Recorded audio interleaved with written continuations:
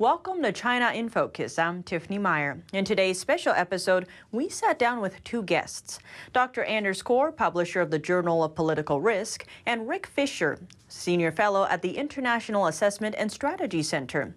They touch on the AUKUS deal between Australia, the UK, and the US, the blowback from France, and what it means going forward.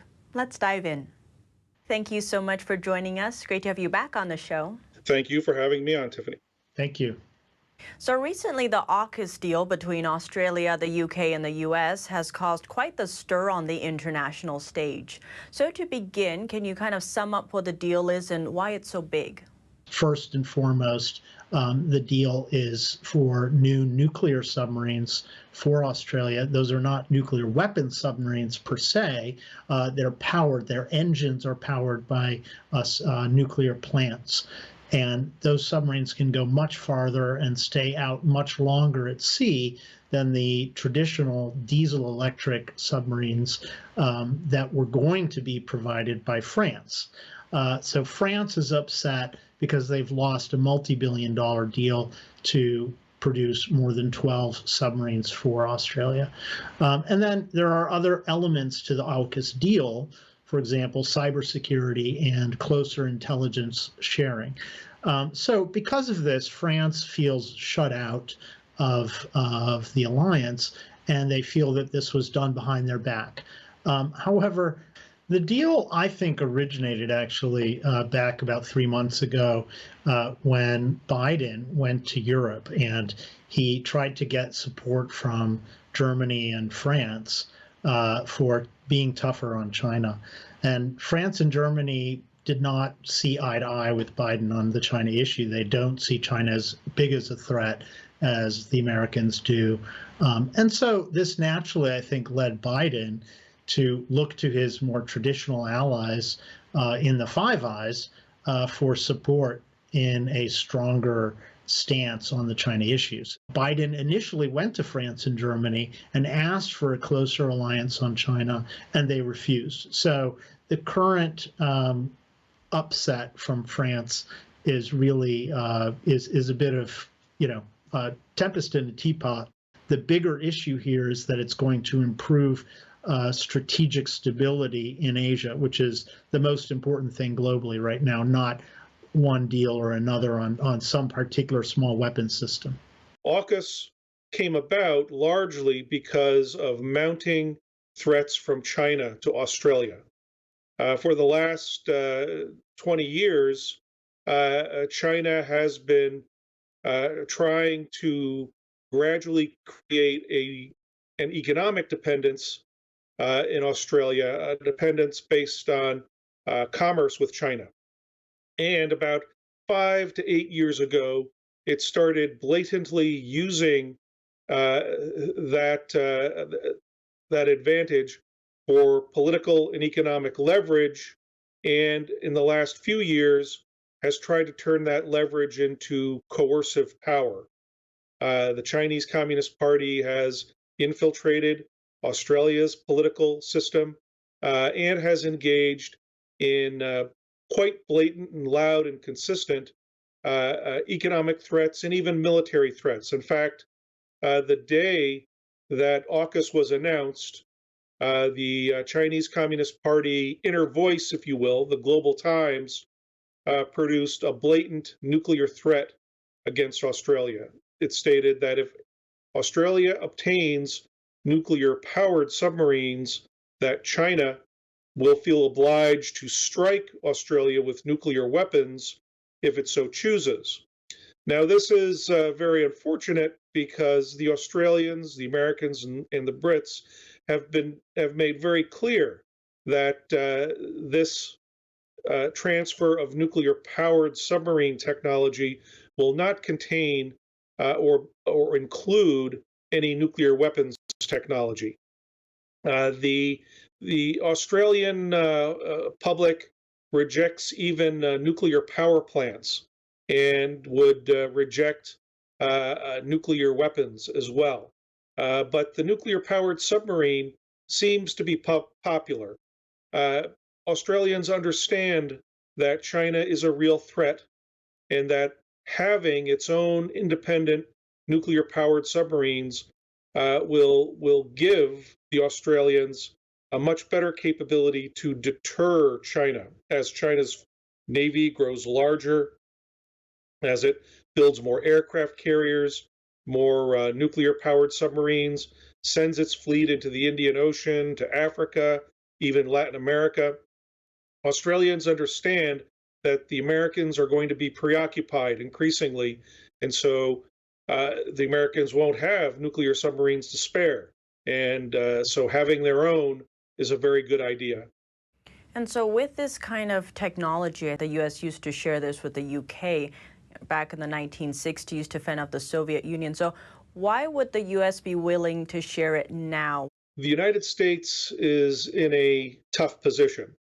The Biden administration's poorly executed withdrawal from Afghanistan, the embarrassment of that withdrawal, the basically the overnight creation of a revived global terrorist threat has rattled American allies, not just in Australia and in Asia, but around the world. American strategic credibility, American leadership is now under grave question. An initiative like AUKUS, which has been in the works for some time, in the near term, allows the Biden administration to shift the attention away from Afghanistan and gives the opportunity for the United States to do what it does best, organize allies to meet a common threat. Now, Australia has been debating whether to acquire nuclear submarines for probably close to 2 decades. It most recently decided to buy non-nuclear powered submarines from France about 4 years ago. But as that deal unfolded, the Australians became increasingly dissatisfied with it. And they approached the United States, they approached the British, who thought the time was right. China's military might is growing so quickly that it is time right now, given that it's going to take 10 years for Australia to acquire these submarines, to start the process and give the Australian public the confidence, the security that it deserves as an ally in good standing with the United States, Britain, and in the Western Alliance. The Australia deal was recognized by Prime Minister Morrison as the most significant agreement for Australia on the defense level since the 1950s, and that was the defense agreement with the United States.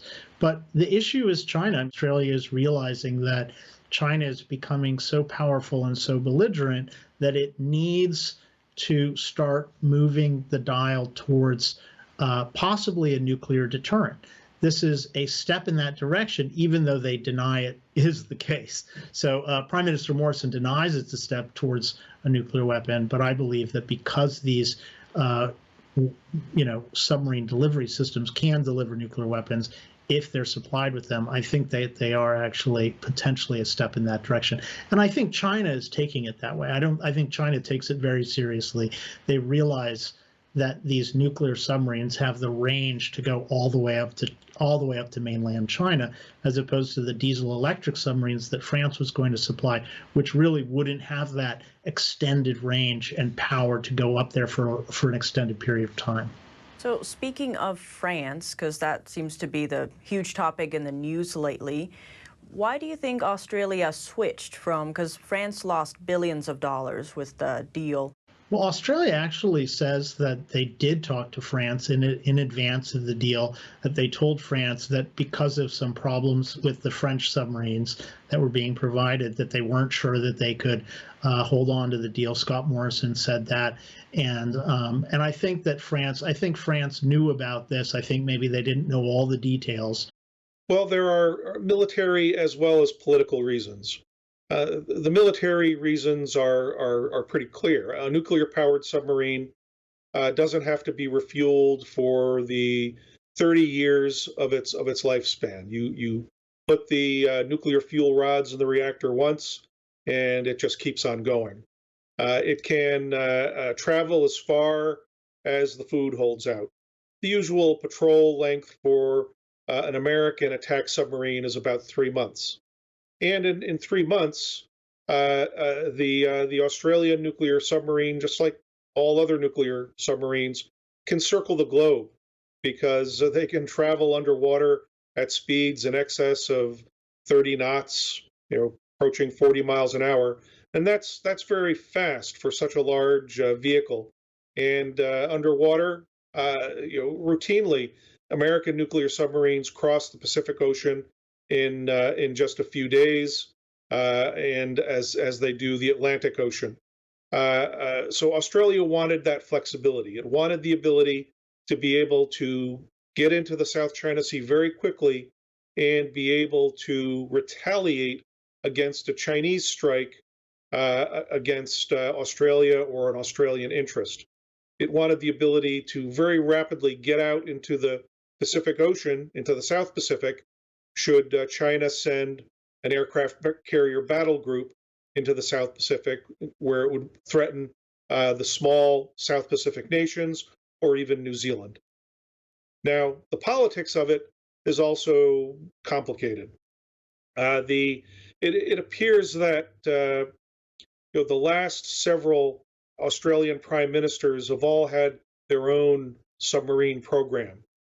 And it has been an unfortunate trend that the successor will change or alter or cancel the submarine program of his predecessor. And in fact, today, you have indications from the opposition party in Australia, the Labour Party, that if circumstances made it necessary, that they might cancel the nuclear submarine deal with Britain and the United States. So there's a political component and also a military component as to why Australia needs these submarines. And the military component is very compelling. Australia clearly needs a submarine system that can give it the independence required to deter China.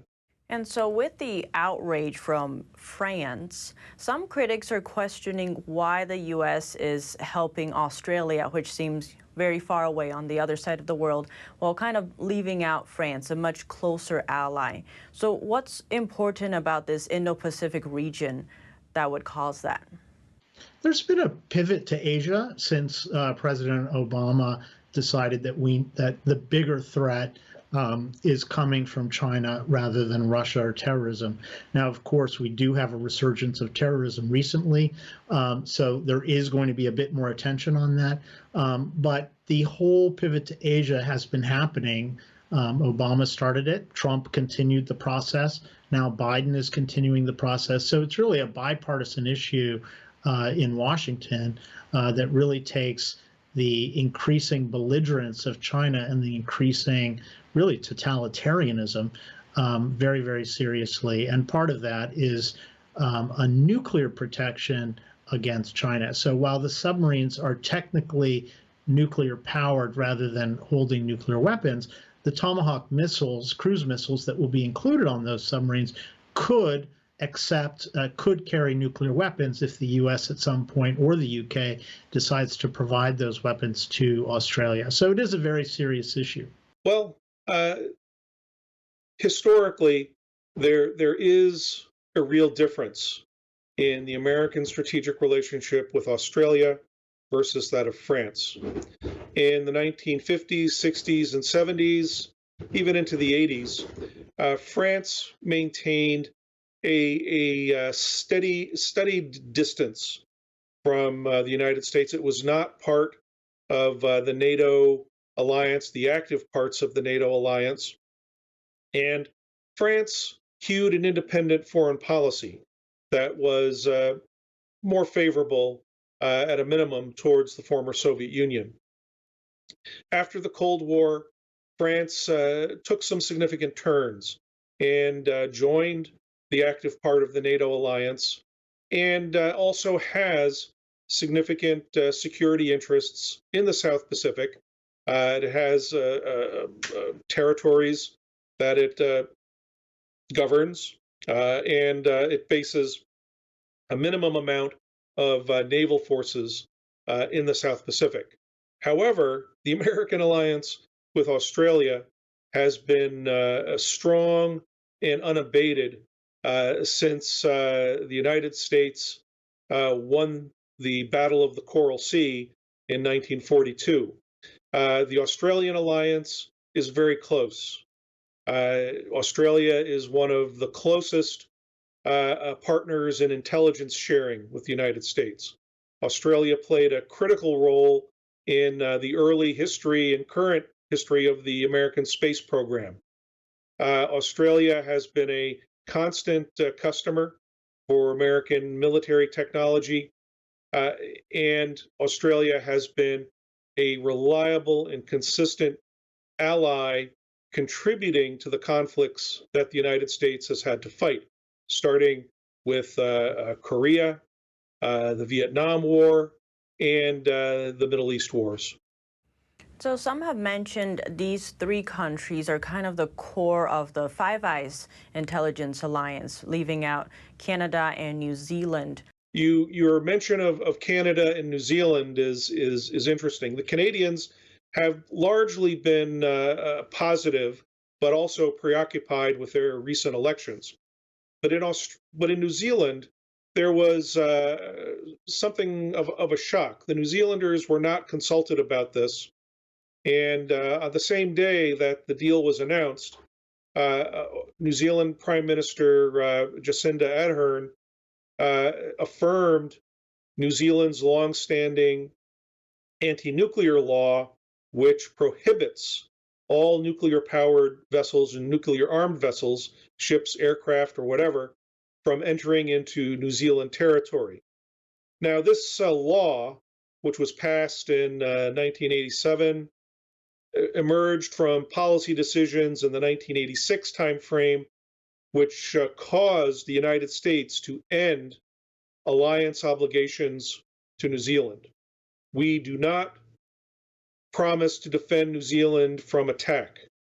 And this is at a time today when China has the ability right now to put about 10,000 troops in two armored brigades. They could put one on the North Island and one on the South Island of New Zealand and overwhelm the New Zealand army very quickly.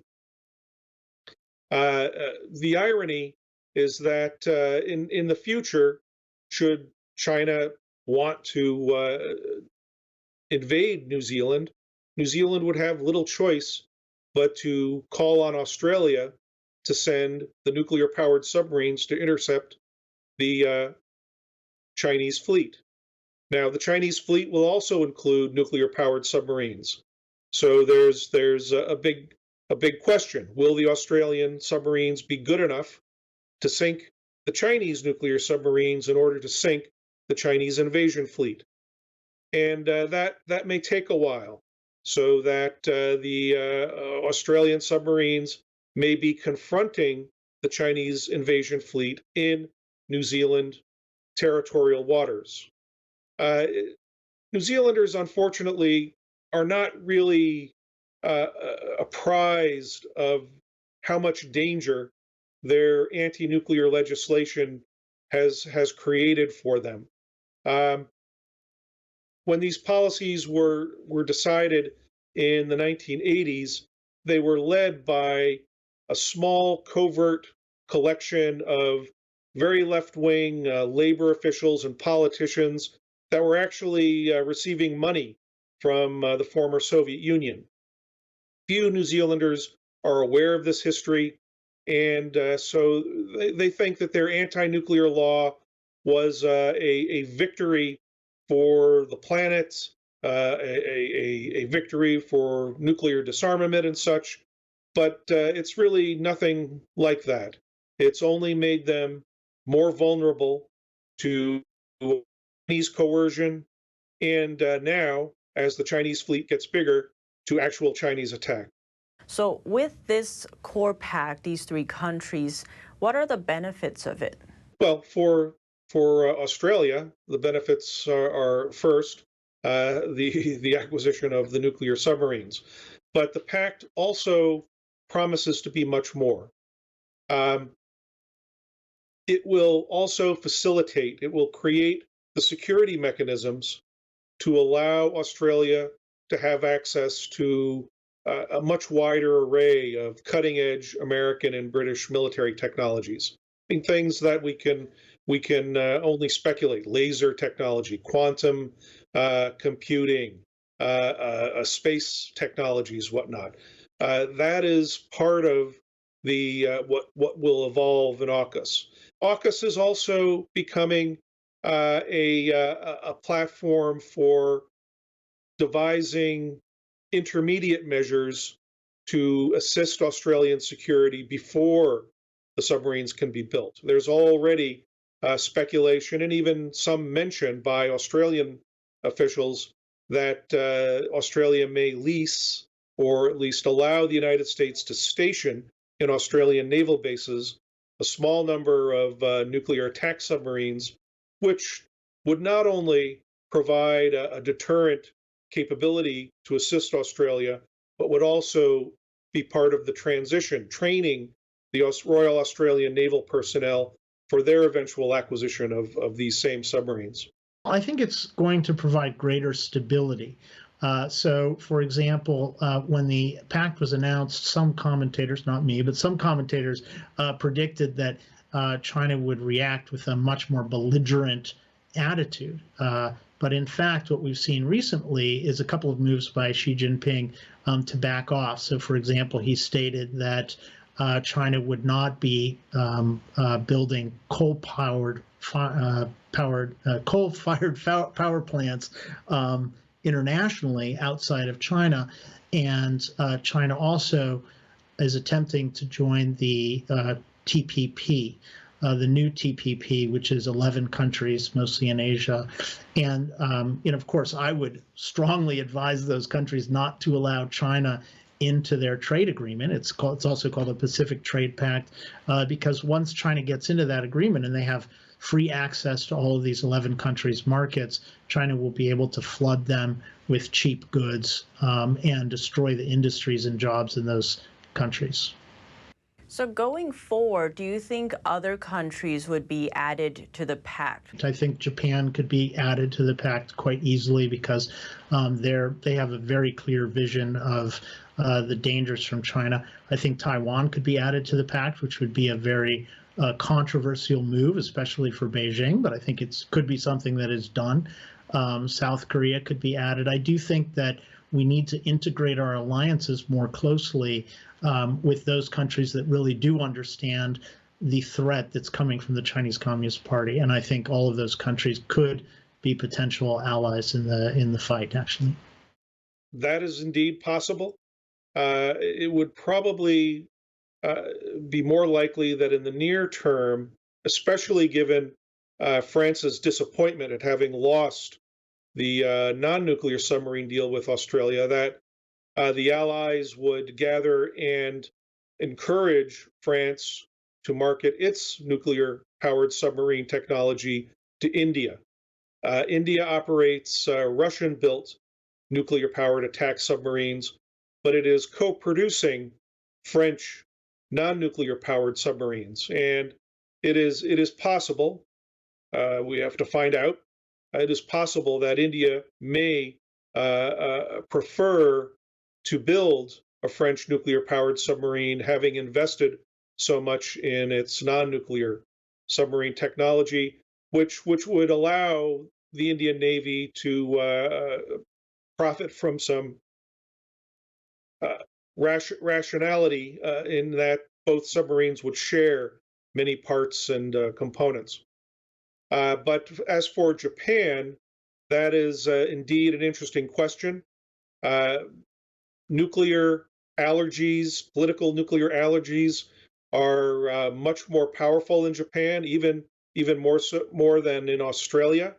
It would be a tough sell to the Japanese public to justify the acquisition of nuclear-powered submarines when the Japanese Navy cooperates so closely with the American Navy.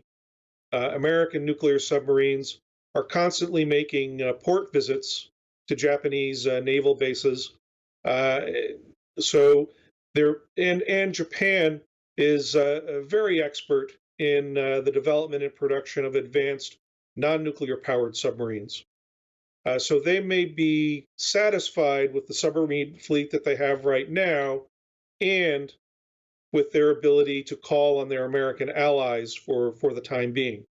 Well, thank you so much for joining us today. Great to have you on the show. Tiffany, thank you for having me on. Thank you. And for those just tuning in, that was today's special episode with Dr. Anders Corr and Rick Fisher. Thanks for watching, and see you next time.